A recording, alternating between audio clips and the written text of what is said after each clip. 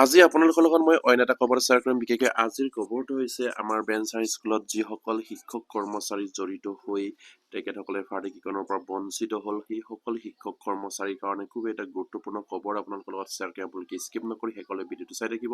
আৰু এতিয়ালৈকে যদি আমাৰ চেনেলটো ছাবস্ক্ৰাইব কৰে কাইণ্ডলি ছাবস্ক্ৰাইব কৰি দিব। আৰু প্ৰতিগৰাকী আমাৰ 2013 আৰু 2021 ফাৰ্টিকৰণৰ পৰা বঞ্চিত শিক্ষক কৰ্মচাৰীয়ে যাতে নেকি সেইখিনি খবৰ পায় আপোনালোকে শ্বেয়াৰ কৰি দিব। অলৰেডি শিক্ষামন্ত্ৰী গৰাকীয়ে তেখেতৰ ফেচবুক পেজত সেইখিনি কথা শ্বেয়াৰ কৰিছে, বা আজি আপোনাৰ কেইদিনমান আগতেই সেইখিনি পৰ্টেল মুকলি কৰি দিয়া হৈছে বা এইখিনি ৱেবছাইট মুকলি কৰা হ'ল। আৰু সেয়া নিশ্চয় হয়তো আপোনালোকে ভাবিব পাৰে আপুনি হয়তো দেৰিকৈ ভিডিঅ'টো বনাইছে বা দেৰিকৈ আপুনি খবৰ পাইছে নেকি। মই তেতিয়াই খবৰটো পাইছিলোঁ, কিন্তু বিশেষ এটা অসুবিধাৰ কাৰণে মই ভিডিঅ'টো দিব পৰা নাছিলোঁ। কিন্তু আজি মই আপোনালোকৰ লগত সেইখিনি কথা বিতংকৈ শ্বেয়াৰ কৰিম। আপোনালোকে শেষলৈ ভিডিঅ'টো চাই থাকিব। নিশ্চয় আপোনালোকে স্ক্ৰীনত ফটো কৰিছে, ইয়াৰ শিক্ষামন্ত্ৰী গৰাকীয়ে তেখেতৰ ফেচবুক পেজত সেইখিনি তেখেতসকলে দি থৈছে বা তেখেতসকলে দিছিলে যিদিনা সেইখিনি পৰ্টেল মুকলি কৰি দিছিলে। ইয়াত কৈছে, আজি কাহিলী পৰাৰ স্থিতি সমগ্ৰ শিক্ষা অসমৰ কাৰ্যালয়ত আনুষ্ঠানিকভাৱে গুৰু দক্ষিণা 1.0 পৰ্টেল মুকলি কৰোঁ বুলি তেখেতসকলে উল্লেখ কৰিছে। যিহেতু মাননীয় মুখ্যমন্ত্ৰীয়ে আমাৰ বঞ্চিত শিক্ষক কৰ্মচাৰীসকলক গুৰু দক্ষিণা হিচাপে তেখেতসকলে এটা মাননি প্ৰদান কৰাৰ ব্যৱস্থা কৰিছিলে, আৰু সেইখিনি পৰ্টেল মুকলি কৰি দিয়াৰ ব্যৱস্থা তেখেতসকলে কৰিছিলে, আৰু সেইখিনি এতিয়া সম্পূৰ্ণ হৈছে। এইখিনি পৰ্টেল মুকলি কৰি দিছে।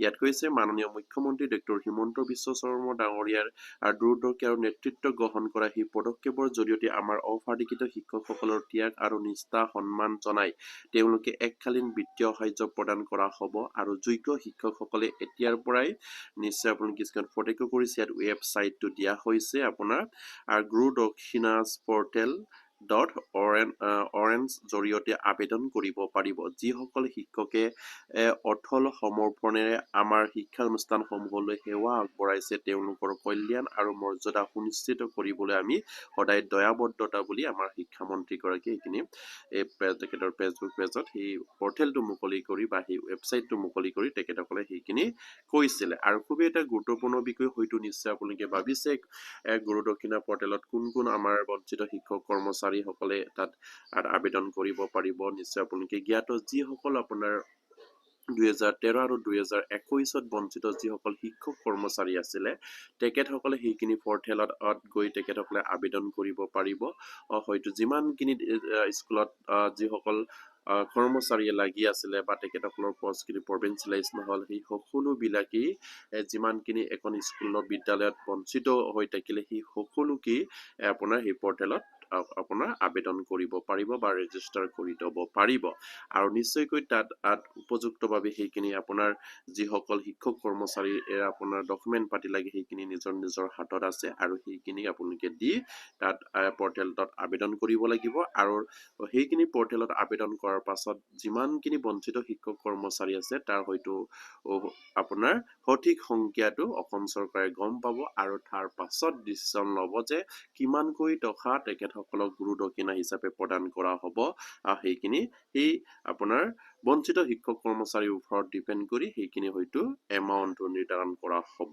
আৰু সেয়া হয়তো অলৰেডি মাননীয় মুখ্যমন্ত্ৰীয়েও কৈছিলে, যিমানখিনি আমাৰ বঞ্চিত শিক্ষক কৰ্মচাৰী আছে তেখেতসকলৰ সংখ্যাটো আগতে জানি ল'ব লাগিব, তাৰ পাছতে তেখেতসকলক কিমান টকাকৈ গুৰু দক্ষিণা প্ৰদান কৰা হ'ব সেইখিনি তাৰ পাছতহে সিদ্ধান্ত ল'ব বুলি তেখেতে কৈছিলে।